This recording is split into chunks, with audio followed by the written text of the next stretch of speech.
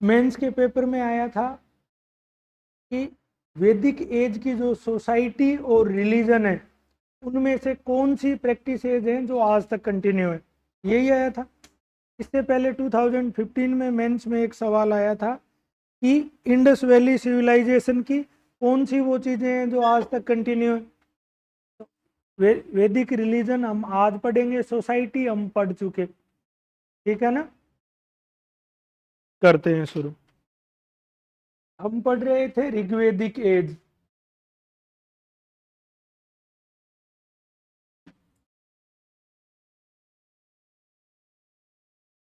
ऋग्वेदिक as, ऋग्वेदिक युग। ये है ना, परीक्षा मुश्किल नहीं है। मुश्किल बताऊं क्या चीजें बनाती है। पहली चीज तो मुश्किल ये बनाती है, फर्स्ट तो जो नहीं पढ़ेगा उनको तो छोड़ ही दो। और 90% स्टूडेंट नॉन सीरियस या नहीं पढ़ने वाले होते हैं। जैसे क्या होता है, हर बार 10 लाख प्रीलिम्स के फॉर्म भरे जाते हैं, हर बार, बहुत साल से। बहुत साल से मतलब लगभग 15 साल से। उनमें से प्रीलिम्स देने के लिए सिर्फ 50% लोग पूछते हैं। इस बार के भी डाटा चेक कर लेना, 49 हो जाएंगे, 50 हो जाएंगे, तो उन 5 लाख को तो वहीं हटा दो।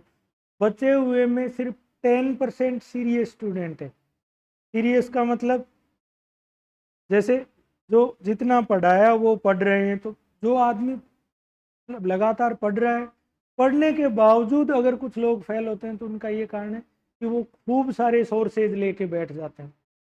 खूब सारे सोर्सेज आपको कभी याद नहीं हों। प्रीलिम्स का पेपर अपने कॉपी नोट से आया था, मैंने एक एक सवाल दिखाए। मेंस का भी हिस्ट्री का सवाल दिखा देना अगर बाहर चला जाए। पर आपको है ना उन चीज़ों को फॉलो करना पड़ेगा। एग्जाम मुश्किल नहीं है। मुश्किल ये चीज़ पैदा करती है कि बहुत सारे इसमें अच्छे बच्चे पार्टिसिपेट कर रहे हैं। अच्छे का मतलब समझ रहे हो, जो जो जिनको पढ़ना अच्छा लगता है या लंबे टाइम से पढ़ रहे हैं, जो जो तैयारी को लेके बहुत सीरियस है, ठीक है ना। तो अभी से सारे पेपर देखने हैं, सारे पेपर डिस्कशन करने हैं। ये नहीं सोचना कि मैं तो 2 साल बाद एग्जाम, 3 साल 4 साल ऐसे ही आ जाएगी, पता ही नहीं लगे, ठीक है ना। इतनी इतनी आपको, इसी को जनरल अवेयरनेस कहते हैं, सामान्य सचेतता कहते हैं ना। परिवेश में क्या चल रहा है, तो परिवेश में जब मेंस हो रही है आपको देखनी चाहिए पेपर, अपन इस क्लास के बाद डिस्कस करें, ठीक है। ये चाहे आप आरएएस दे रहे हो उससे कोई फर्क नहीं पड़ता, ठीक है ना। आरपीएससी बार बार कहते हैं ना हम लोग यूपीएससी वाला पैटर्न फॉलो करेंगे, क्योंकि यूपीएससी आइडल है, वो गलतियां नहीं करता। उसकी कोई भी भर्ती कोर्ट में नहीं जाती। टाइम से एग्जाम कराना है तो कराना है। प्रीलिम्स का 1 महीने बाद रिजल्ट आना है तो आएगा ही आएगा। दुनिया की कोई ताकत रोक नहीं सकती। जैसे स्टेट पीसीएस की तरह नहीं है कि जब जी किया कोर्ट में लटक गए, 3 साल लग गए। तो हो सकता है जब तक आप देव पैटर्न में इतना बड़ा आधारभूत चेंज आ जाए, ठीक है। देखो और सारी चीजें पढ़ चुके थे हम, हमारा पढ़ना बाकी था रिलीजन। रिलीजन या धर्म।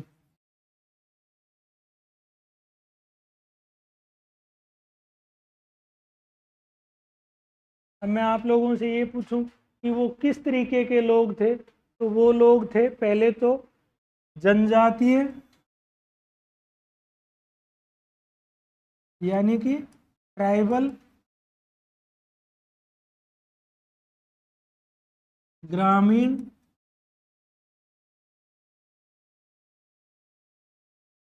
और एनिमल डोमेस्टिकेशन नहीं करते थे, वो तो पेस्टोरल थे, गायें चराते थे सिर्फ। तो थर्ड हो जाएगा पशुचारक। ऐसा जो सरल सा समाज होगा, ये बैकग्राउंड में याद रखना है ना। ऐसा जो समाज होगा, थोड़ा सा मुझे सोच के बताना, उसका रिलीजन कैसा होगा, कॉम्प्लिकेटेड होगा या सिंपल सा रिलीजन होगा। दुनिया के जितने भी धर्म में शुरुआत में बहुत सरल, सारे बहुत सरल थे। एक्स्ट्रा चीजें तो बाद में जुड़ती गई सब में। शुरू में हिंदू धर्म में 33, जो सनातन धर्म जिसको कहते हैं, बहुत ज्यादा चर्चाओं में, उसमें ऐसे 33 करोड़ देवी देवता थोड़ी ना। या इतने यज्ञ इतने कॉम्प्लिकेटेड नहीं थे। तो ध्यान से सुनना, इसके कीवर्ड पकड़ लेना, ठीक है। एक तो इस धर्म का मूल तत्व क्या था, यज्ञ या सेक्रीफाइस। यज्ञ तो वो पहले से कर रहे थे, यज्ञ प्लस यज्ञ के समय क्या करते थे, क्या करते थे यज्ञ के समय, स्तुति पाठ करते थे। स्तुति का मतलब मंत्रों का उच्चारण करते थे, एग्जैक्ट शब्द स्तुति पाठ है। यज्ञ व यज्ञ के समय स्तुति पाठ, स्तुति पाठ को कहेंगे recitation. सेक्रीफाइसेज and recitation was the important elements of the religion। भक्ति नहीं करते थे, पूजा भी नहीं करते थे, ठीक है। सिर्फ उनको बेचारों को इतना सा पता था, यज्ञ वेदी बना लेते थे, ठीक है। उसमें अग्नि प्रज्वलित कर देते थे, उस पर गेहूं और जौ डाल के या घी डाल के मंत्रों का उच्चारण करते थे। कौन से मंत्रों का उच्चारण करते थे, वो मंत्र जो ऋग्वेद में लिखे हुए। ऋग्वेद में वही तो है, यज्ञ के समय उच्चारित किए जाने वाले मंत्रों का समूह, sounds that were recited during the time of sacrifices, ठीक है। सिंपल सी सरल सा पहले लोग थे। फिर देखो दुनिया की जितनी भी सभ्यताएं हैं ना, जितनी भी सिविलाइजेशन है, व्यक्ति का ये मूल स्वभाव है कि वो कहीं ना कहीं से ईश्वर को ढूंढ लेगा। तो दुनिया की सारी सभ्यताओं ने, एक तो बिना रिलीजन की कोई सभ्यता नहीं है। एक व्यक्ति के देवता कैसे होते हैं, हमारे देवता कौन लोग हैं, जिन्होंने कुछ न कुछ महान कार्य किए, वही है ना। जैसे लोकल डाइटीज के बारे में समझो, लोकल लोक देवता जितने भी है, रामदेव जी, गोगा जी, तेजा जी, कौन है जिन्होंने बड़े या महान काम किए। भगवान राम या कृष्ण कौन है जिन्होंने सोशल ऑर्डर फिर से एस्टेब्लिश किया, कुछ सामाजिक मर्यादाएं तय की। ऐसा व्यक्ति हो सकता है क्या देवता जिसमें कोई चमत्कार नहीं हो, कोई कुछ नहीं हो। तो इन लोगों ने किन को माना, इन लोगों ने माना प्राकृतिक शक्तियों को। प्राकृतिक शक्तियों को कैसे माना, अब आंधी आती थी तो उनको ये थोड़ी ना पता था निम्न वायु दाब का केंद्र बन जाता है, ठीक है। उनके पास कौन सी एनसीईआरटी थी, उनको नहीं पता था, ठीक है। तो वो आंधी को देवता मानते थे। बरसात आती थी, बढ़िया घास होता था, बढ़िया फसल होती थी, खूब मस्त गायें चरती थी, तो उनको ये थोड़ी ना पता था भी वो समुद्र से इवेपोरेशन होता है, फिर वो संघनन होता है, फिर वो वर्षा आती है, बिजली चमकती थी उनके लिए। वो भी जैसे आज किसी अनपढ़ आदमी को आप ये कहो धरती गोल है तो वो ये कहेगा फिर हम गिर क्यों नहीं जाते, ठीक है। तो वो कुछ कुछ वैसे थे। तो उन्होंने प्राकृतिक शक्तियों का मानवीयकरण किया, समझते हो। आंधी को देवता मानने का मतलब आंधी का हमने पर्सोनिफिकेशन कर दिया, उसको मानव का दर्जा दे दिया, वो मानवीकरण होता है। तो कीवर्ड ये, उन्होंने प्राकृतिक शक्तियों का मानवीकरण किया, ये याद रखना, भूलना मत, ठीक है। क्या किया था उन्होंने, प्राकृतिक शक्तियों का मानवीकरण, प्राकृतिक शक्तियों का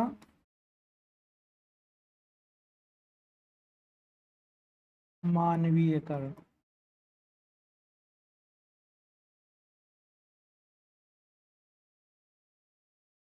मानवीयकरण किस रूप में, देवता रूप में।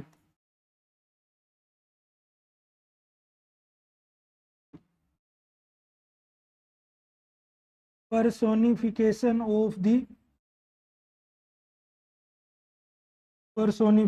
of the natural powers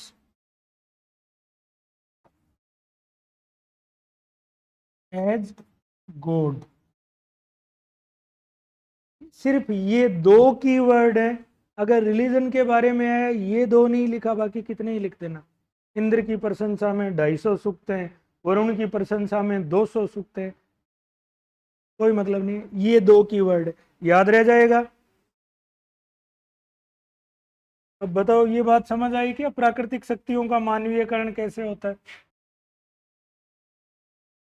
मतलब जो नेचुरल पावर थी उसको गॉड के रूप में कंसीडर करना, उसको भगवान के रूप में मानना, ठीक है। अब देवता उनके कौन कौन हो जाएंगे? उनके देवता होंगे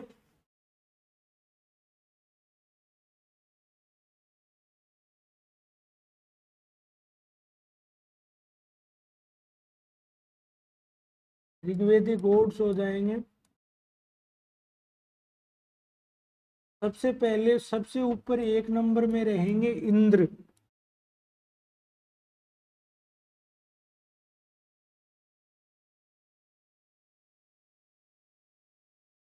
इनके लिए ऋग्वेद में 250 सूक्त हैं सबसे ज्यादा। 1028 में से 250 तो सिर्फ इंद्र के लिए है। 250 सूक्त को कहेंगे हाइम्स।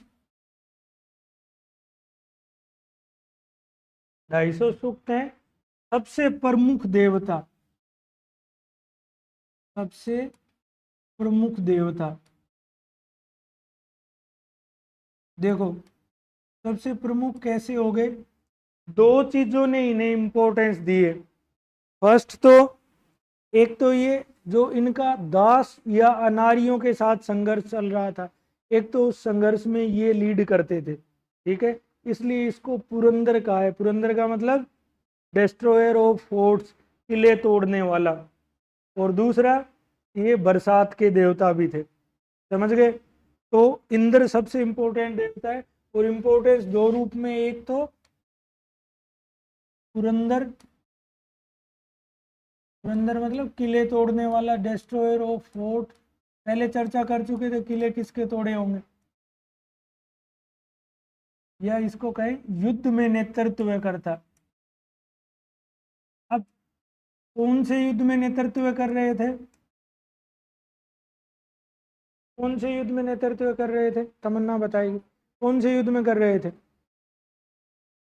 ट्राइबल सोसाइटी थी, लगातार युद्ध चलते थे, ठीक है। कोई कोई पुलिस तो थी नहीं कि उनको पकड़ के ले जाए, हालांकि गुप्तचर जैसी व्यवस्था थी, लेकिन ट्राइबल सोसाइटी थी, लगातार लड़ाइयाँ चलती थी।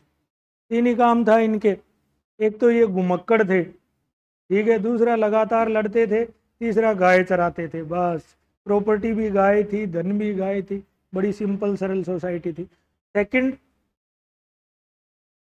बरसात के देवता है ना, गॉड ऑफ रेन।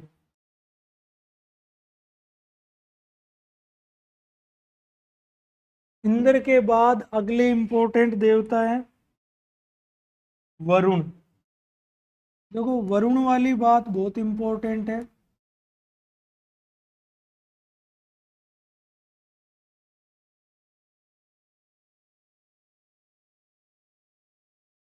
ठीक है, वरुण की प्रशंसा में 250 सूक्त, ये दो नंबर 200, 200 सूक्त या hymns.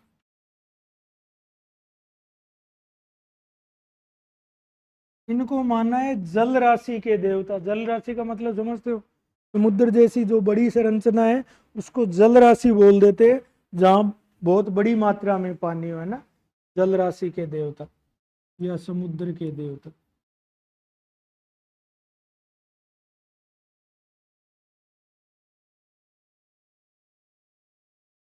God of water bodies है ना। एक और इम्पोर्टेंट बात है, ध्यान से देखना, साथ में वो इस चीज को बड़ी हैरानी से देखते थे। जैसे वो ये देखते थे कि सारी ऋतुएं समय पे आ जाती हैं, कभी ग्रीष्म ऋतु आती है, कभी वर्षा ऋतु आती है, कभी शरद ऋतु आती है, रात होती है, उसके बाद दिन होता है, फिर से रात होती है। तो उन्होंने सोचा जगत में ये जो व्यवस्था चल रही है उसको रेगुलेट करने वाला या नियंत्रित करने वाला कोई व्यक्ति होगा। वो उन्होंने किसको माना है? वरुण को माना है, ठीक है। तो इस जगत की जो ये जो व्यवस्था थी, सार्वभौमिक व्यवस्था, ठीक है, ये जो यूनिवर्सल सिस्टम था, इसका रेगुलेटर किसको माना है उन्होंने? वरुण को। और इस चीज को क्या कहा है उन्होंने? रित कहा है। रित मतलब जगत की जो व्यवस्था है। हम लोग अभी भी कह देते हैं ना, दुनिया ऐसे ही थोड़ी ना चल रही है, कोई तो चलाने वाला है। तो जो जगत की जो व्यवस्था है उसको रित कहा है। और ये रित बाद में जाके किस में कन्वर्ट हो जाएगा? बाद में वो ये कहेंगे कि ये जो जगत की भौतिक व्यवस्था को तो जो है रित, इसको वरुण चला ही रहा है। जगत में जो नैतिक नियम है उनको भी वरुण चला रहा है। और ये बात इंपॉर्टेंट है एथिक्स के लिए आज से, ठीक है, याद रह जाएगी। इसको ये मानना है प्रोटेक्टर ऑफ रित, रित के संरक्षक देवता।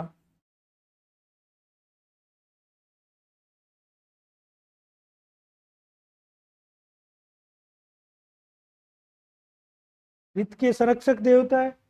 अब रित क्या है?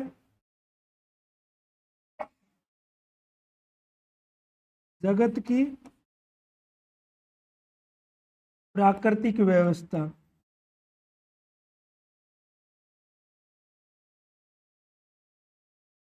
देखो, प्रोटेक्टर ऑफ रित,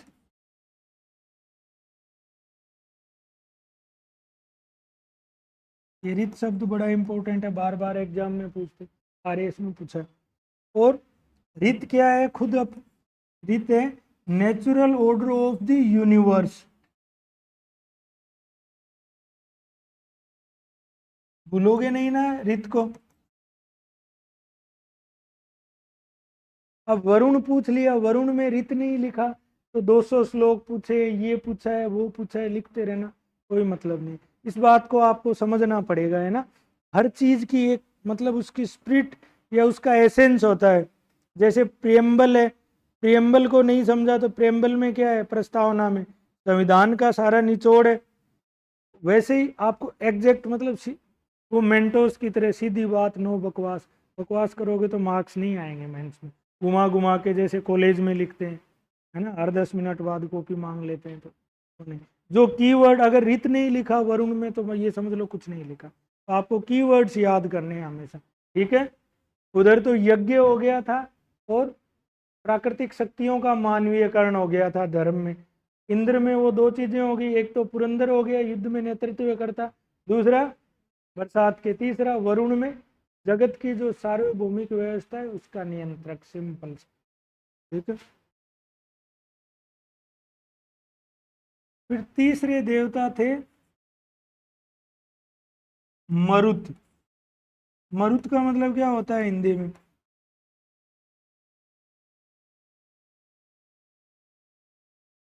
हम्म, मरुत का मतलब होता है तेज हवा या आंधी भी कह सकते। इतनी तो हिंदी पढ़ के आए हो ना। तो ये थे तेज वायु या आंधी के देवता। अब वो आंधी आती थी तो उनको ये नहीं पता होता था, तो ये इधर हो गया लो प्रेशर का एरिया, लो प्रेशर का उनको नहीं पता था।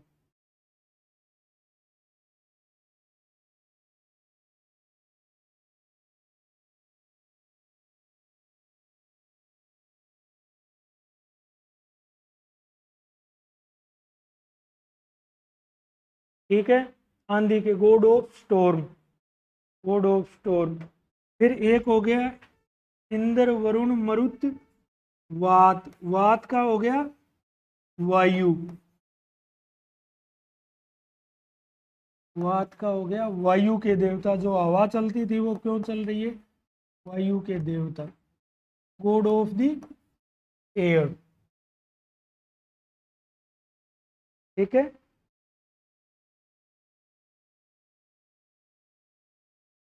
एक था पर्जन्य, पर्जन्य का क्या मतलब हुआ?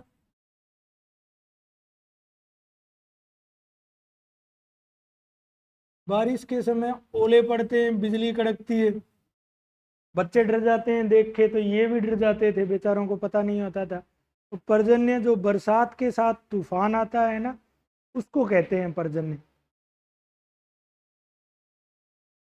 बरसात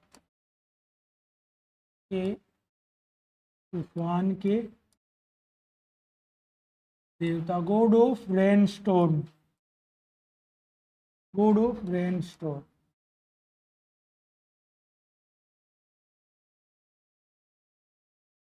ठीक है।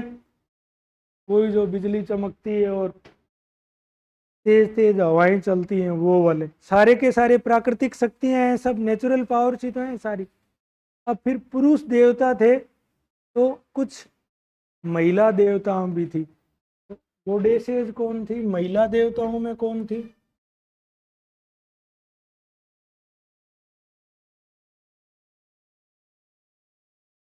महिला देवियां।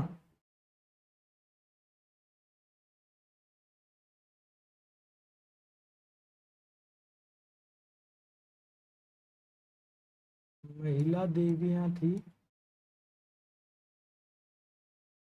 महिला की बजाय देवियां ही हो जाएगा। देवियां थी गोडेसेज।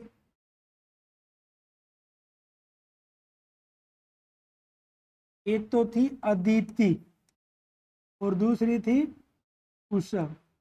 अब अगर हिंदी पढ़ी हो तो अदिति और उषा का क्या मतलब होता है? सुबह, प्रभात जिसको बोलते, प्रभात को क्या कहेंगे? डाउन, है ना? तो प्रभात की देवतियां, गोडेस ऑफ डाउन, प्रभात की देवियां। अब आपसे एक बात पूछता हूँ, सोसाइटी कैसी थी? सिंपल तो थी। मैट्रियार्कियल थी या पैट्रियार्कियल थी? पैट्रियार्कियल सोसाइटी में लेडी गॉडेसेस की इंपॉर्टेंस बहुत होगी क्या? नहीं होगी। ठीक है, ये ध्यान रखना, व्यक्ति अपने देवता हमेशा अपने जैसे बनाता है। इस बात को समझते हो ना? अब भगवान राम का चेहरा, अगर भारत के भगवान राम है तो वो हमारे जैसा होगा, ना कि क्राइस्ट जैसा भी नहीं होगा, या किसी अफ्रीकी देवता जैसा ही नहीं होगा। ईश्वर, मैं एक बात अगर ये कहूं कि ईश्वर का रूप मनुष्य बनाता है, ये बात सही है या गलत है? अभी वाली जो आप भगवान राम की फोटो देखते हो, उनमें देखने से ये लगता है कि भगवान राम का चेहरा फेमाइन ज़्यादा लगता है आपको, फेमिनिस्ट टाइप का चेहरा है। या आपको लगता है कि उस समय, अगर आज से 5000 साल पहले भगवान राम रहे होंगे तो वो एकदम इतने क्लीन शेव रहते होंगे? कोई नहीं रहता था। लेकिन बनाने, वो तो चित्रकार के मन की उपज है ना। भगवान राम वास्तव में कैसे थे वैसे थोड़ी थे जैसा चित्रकार ने बनाया। तो सिंपली ये समझना, धर्म जो है, या धर्म को छोड़ो, जो देवता जो है वो मनुष्य के दिमाग की उपज है। इस बात को ध्यान रखोगे? मनुष्य के दिमाग की उपज है ना। तो ऐसे करके उन्होंने अपने हिसाब से प्राकृतिक शक्तियों को देवता बनाया। तो ये प्रभात की देवियां है। और इनको एक लाइन लिख लेना, पितृसत्तात्मक समाज में महिला देवियों को ज्यादा महत्वपूर्ण स्थान प्राप्त नहीं था, महत्वपूर्ण स्थान प्राप्त नहीं था, है ना? इन ए पेट्रियार्कियल सोसाइटी,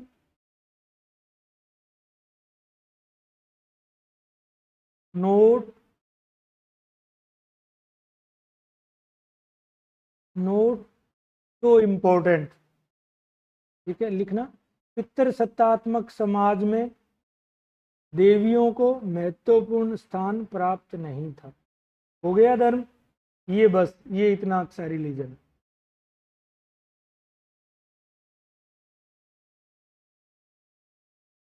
अब बात करते हैं पोस्ट वैदिक एज की।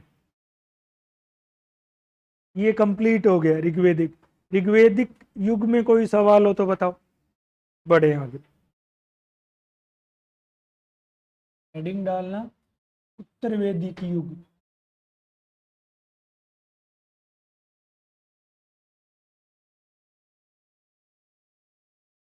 यानी कि पोस्ट वैदिक एज।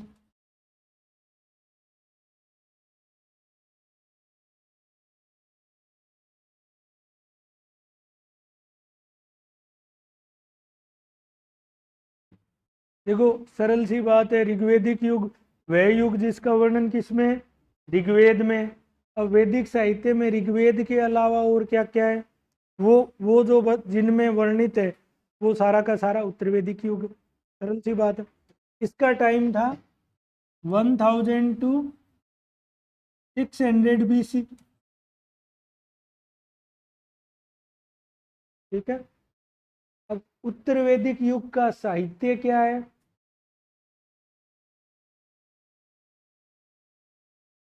वह युग जिसका वर्णन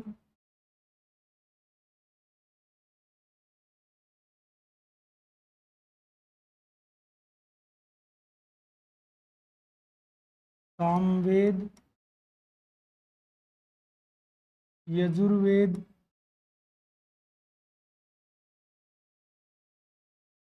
अथर्ववेद। ऋग्वेद के अलावा 3 तो वेद हो गए, प्लस वेदों के बाद इनके ऊपर केमिस्ट्री लिखी गई इनको समझाने के लिए। जो जो प्रोज में जो पार्ट लिखा गया, गद्य में जो भाग लिखा गया, उसको ब्राह्मण कहते हैं। लिखवाऊंगा ब्राह्मण ग्रंथ। प्रत्येक वेद के अपने अपने ब्राह्मण ग्रंथ हैं।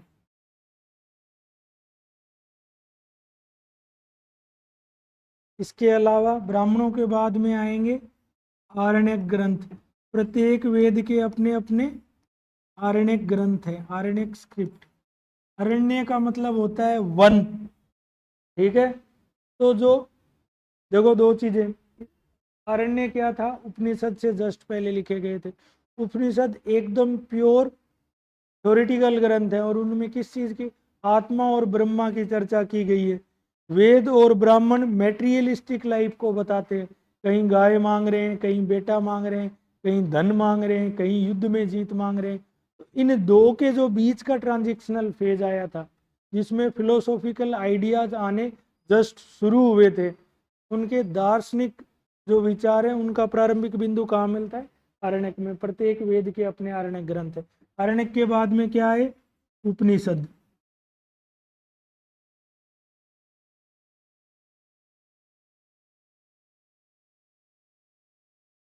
ये तो है मुख्य।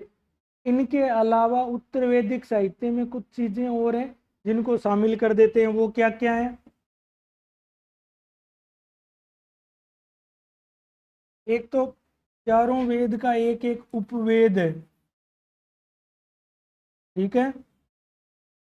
एक सूत्र साहित्य है, सूत्र 5 सूत्र हैं, सूत्र साहित्य।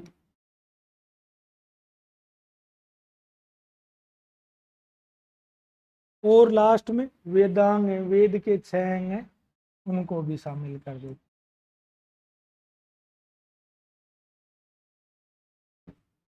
इनको भी मान लेते हैं पोस्ट वैदिक लिटरेचर में, ठीक है। वह युग जिसका वर्णन सामवेद, यजुर्वेद, अथर्ववेद, ब्राह्मण ग्रंथ, आरण्यक ग्रंथ, उपनिषद एवं सूत्र साहित्य, वेदांग और उपवेदों में है, ठीक है। इसका टाइम था 1000 से लेके 600।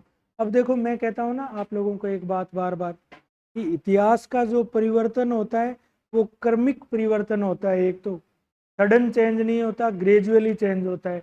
एक जितनी भी प्रवृत्तियां सोसाइटी में चेंज होगा तो जैसी पुरानी वाली सोसाइटी होगी उसी पे बेस्ड होगा, ठीक है।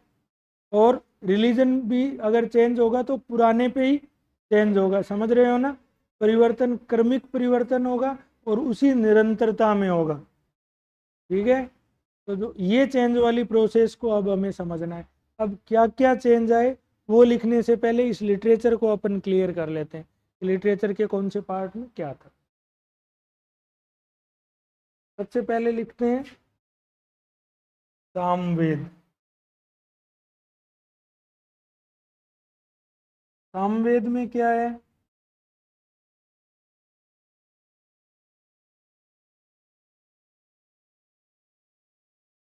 सामवेद नाम सुन के कुछ पता लग रहा है क्या? हम्म। सामवेद में सारे के सारे ऋग्वेद वाले मंत्र हैं। खुद के मंत्र तो सिर्फ 75 है। और उन मंत्रों में उन्होंने क्या किया? ऋग्वेद में तो ये यज्ञ के समय बोले जाने वाले या स्तुति किए जाने वाले थे, उनमें लय और धुन सेट करके उनको गाने लायक बना दिए, ठीक है। तो लिखना है इसका,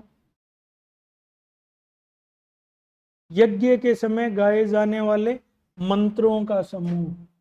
यज्ञ के समय गाए जाने वाले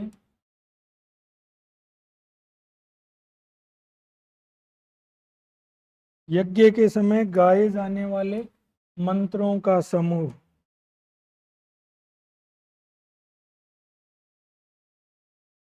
गाने वाले मंत्रों का समूह।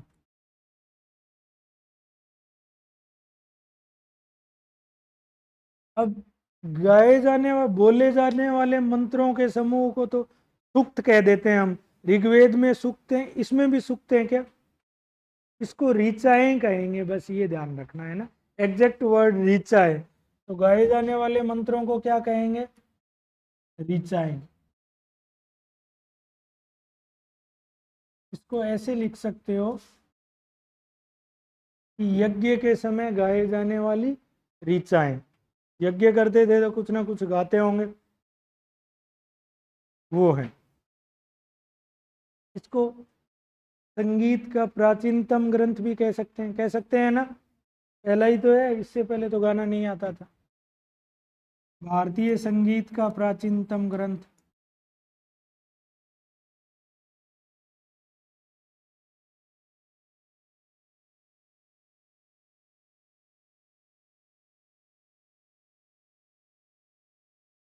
और लिख लेना,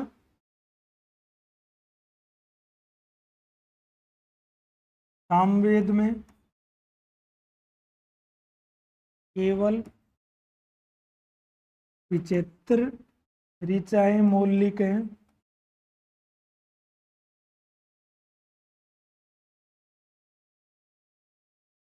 शेष ऋग्वेद की ऋचाएं हैं, लिखो, शेष ऋग्वेद की ऋचाएं हैं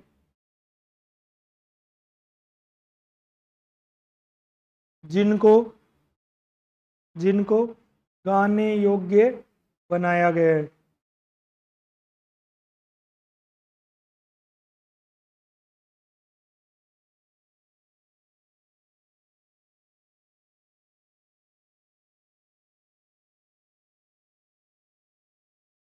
ठीक है, इसके 3 भाग हैं। एक्चुअल पार्ट यूपीएससी के लिए बहुत याद करने की जरूरत नहीं है, आरपीएससी वाले थोड़ा ध्यान रखना। 3 भागों का क्या नाम है?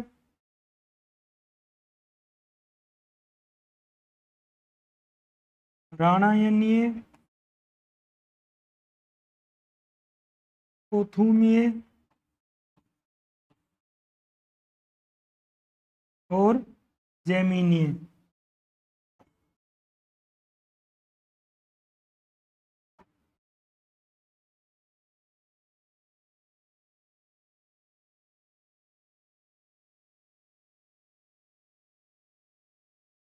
वेदों के साथ एक बात और है। देखो, ऋग्वेद में जो व्यक्ति मंत्र बोलता था उसको क्या कहते थे?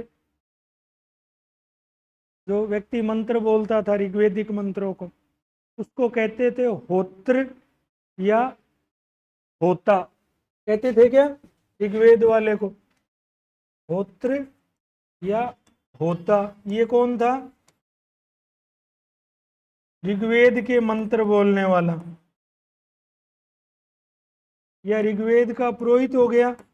ऋग्वेद के मंत्र बोलने वाले को कहते थे होत्र, और सामवेद के जो मंत्र बोलता था उसको क्या कहते थे? अध्वर्यु। सामवेद के मंत्रों का उच्चारण करने वाला।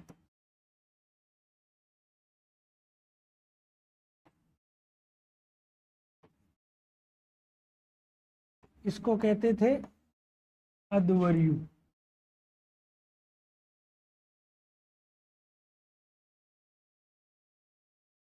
एक्चुअल पार्ट सारा आ गया, कुछ बाकी रहा नहीं। ठीक है, उसको कहते थे। बोलेगा कौन? जो यज्ञ का पुरोहित होगा वही बोलेगा। तो यज्ञ का जो ऋग्वेद का पुरोहित होता था उसको तो होता या होत्र कहते थे, और सामवेद वाले को अध्वर्यु कहते थे। सुक्त तो बेटा मंत्रों का नाम था ना।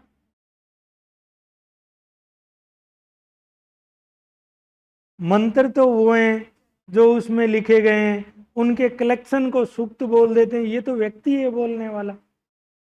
वो जो ओम स्वाहा करता था बैठ के, उसको ज्यादा फैक्चुअल डिटेल्स में जाओ तो है। ऋग्वेद वाले को तो होता या होत्र कह देते थे, इसको अध्वर्यु कह देते थे। ठीक है, तो यजुर्वेद वाले को उद्गाता कह देंगे, ये फैक्चुअल पार्ट। आरएएस के लिए ज़्यादा इंपॉर्टेंट है, जनरली इन जनरल यूपीएससी नहीं पूछते। ठीक है, आगे बढ़े। यजुर्वेद,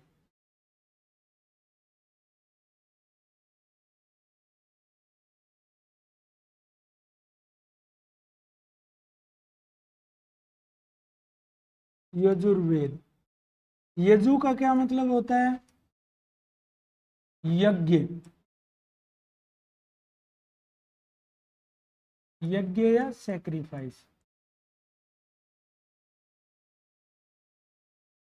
ठीक है,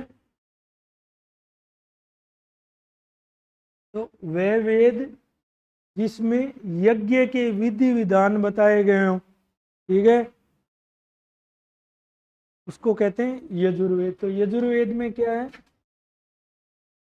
वह वेद जिसमें यज्ञ के विधि विधान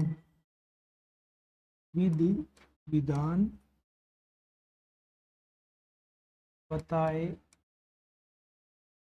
गए हैं।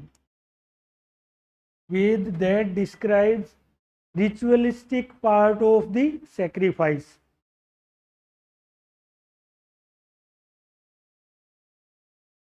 or it describes the ritualistic part of sacrifices।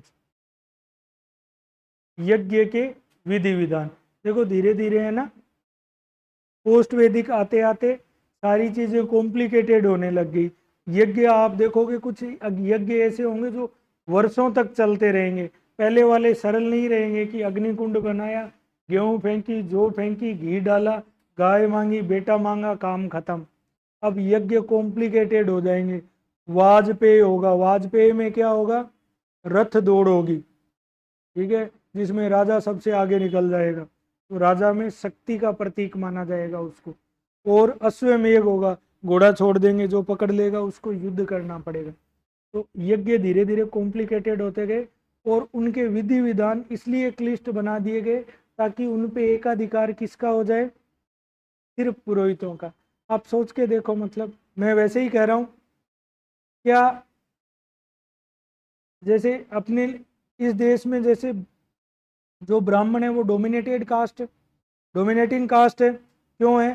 क्योंकि आपके जन्म से लेके, आपके विवाह से लेके, आपकी मृत्यु तक, या कोई भी आपका गृह प्रवेश भी होगा तो बिना ब्राह्मण के कर सकते हो क्या आप?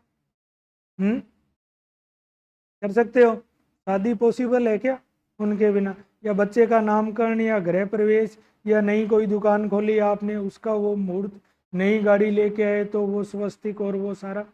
तो ठीक ऐसे ही धीरे धीरे करके जो पुरोहित थे उन्होंने इस प्रक्रिया को क्लिष्ट बनाना शुरू करवा दिया। ये जो सेक्रीफाइसेज है वो कॉम्प्लिकेटेड होते गए, इतने कॉम्प्लिकेटेड हो गए कि उनके बिना कोई करवा ही नहीं सकता। ठीक है, ऐसा नहीं था सारे पुरोहित बुरे बुरे थे, कुछ पुरोहित बहुत अच्छे भी थे, लेकिन कुछ ने ऐसा किया। ठीक है, यज्ञ के विधि विधान बताए गए। इसके कितने भाग हैं? 2 भाग हैं। एक तो शुक्ल यजुर्वेद। शुक्ल का क्या मतलब होता है? सफेद। और दूसरा पार्ट है इसका कृष्ण यजुर्वेद।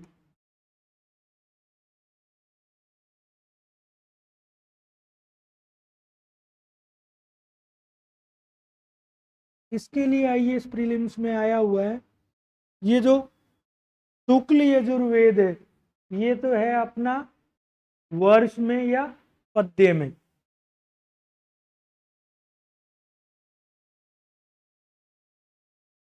ये तो वर्ष वाला पार्ट है। और ये जो कृष्ण यजुर्वेद है ये कोमेट्री है, गद्य। पद्य गद्य तो समझते हो ना, प्रोज वर्ष तो समझते हो। ठीक है, ये है गद्य में या प्रोज में। प्रीलिम्स में ये सवाल आया था कि कौन सा वैदिक स्क्रिप्ट है जो पार्शियली प्रोज में, पार्शियली वर्ष में, आंशिक रूप से गद्य में, आंशिक रूप से पद्य में। तो ये याद रह जाएगा। शुक्ल का वाज स्नेही संहिता भी कह देते हैं। ठीक है, शुक्ल यजुर्वेद को और क्या कह देते हैं? वाज स्नेही वाज स्नेही संहिता।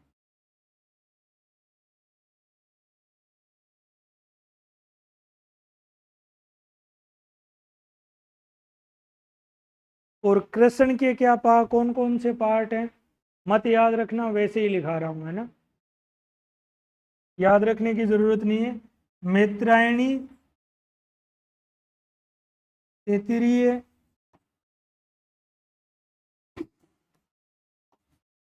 काठक और कपिस्टल।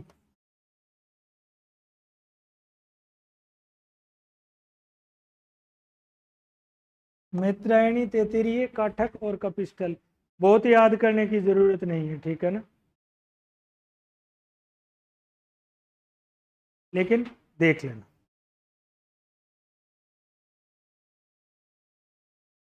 ठीक है, अब अगला आएगा इंपॉर्टेंट, अथर्ववेद।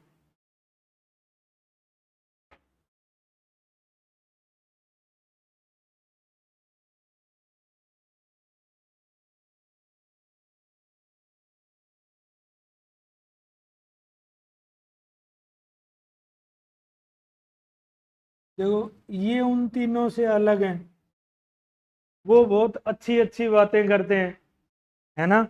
जैसे ऋग्वेद में तो वो मंत्र बताए गए हैं जो यज्ञ के समय जिनका स्तुति पाठ किया जाना चाहिए। सामवेद में उनमें लय धुन ताल जोड़ के उनको गाने योग्य बना दिया। यजुर्वेद में यज्ञ के विधि विधान बनाए बताए गए। अब यज्ञ के विधि विधान क्या है, कौन से यज्ञ में कौन से मंत्र बोले जाएंगे, यज्ञ वेदी कितनी बड़ी होगी। लेकिन मनुष्य तो मनुष्य है, उसको बंगाली और काले जादू के बिना मजा नहीं आता। तो वो बंगाली और जो टोना टोटका और काला जादू है वो सारा का सारा इसमें है। ठीक है, वो तो धर्म का अंतर्निहित पार्ट है ना।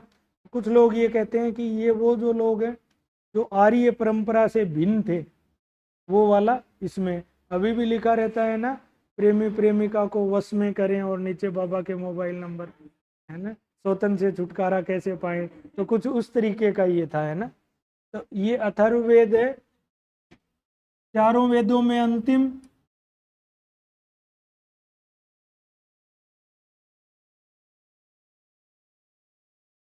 चारों वेदों में अंतिम। और क्या है इसमें, दो चीजें हैं देखो, इसकी एग्जैक्ट जो शब्दावली हिंदी में लिखवाऊं इंग्लिश में लिखवाऊं वो ही लिखना है ना।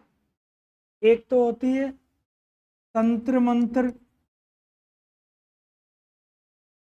दूसरा है आधि और व्याधि। अब हिंदी वाले जिसने समानार्थी शब्द पढ़े हैं उनको पता होगा, तंत्र मंत्र व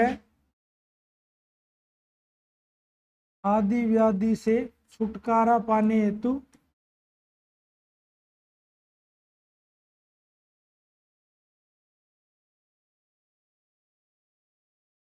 मंत्र। ठीक है, दो चीजें। और इसमें साथ में जादू टोना भी है।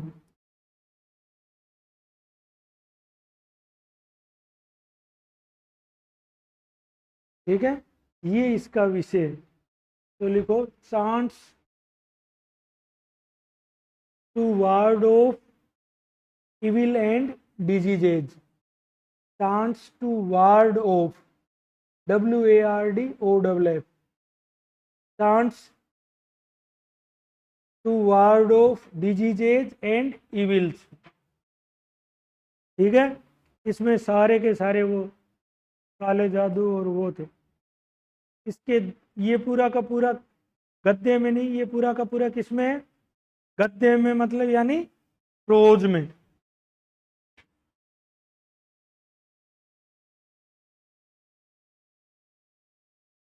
और इसके दो भाग हैं ना, क्या क्या नाम है उनके दो भागों का, शौनक और पिपलाद।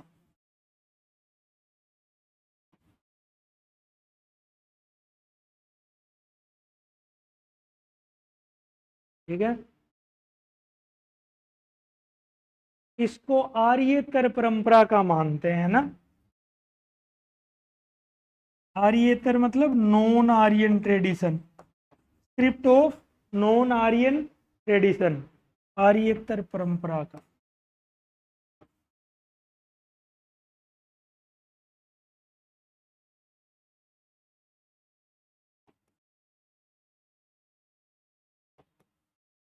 क्या सवाल था?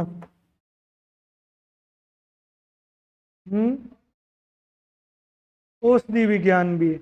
उनको तंत्र मंत्र मोहन मारण औषधि विज्ञान भी, बिल्कुल। रोग और उनके निदान के बताए ना। आदि व्याधि आ गया ना, आदि व्याधि से छुटकारा कैसे मिलेगा? औषधियों से, औषधि में।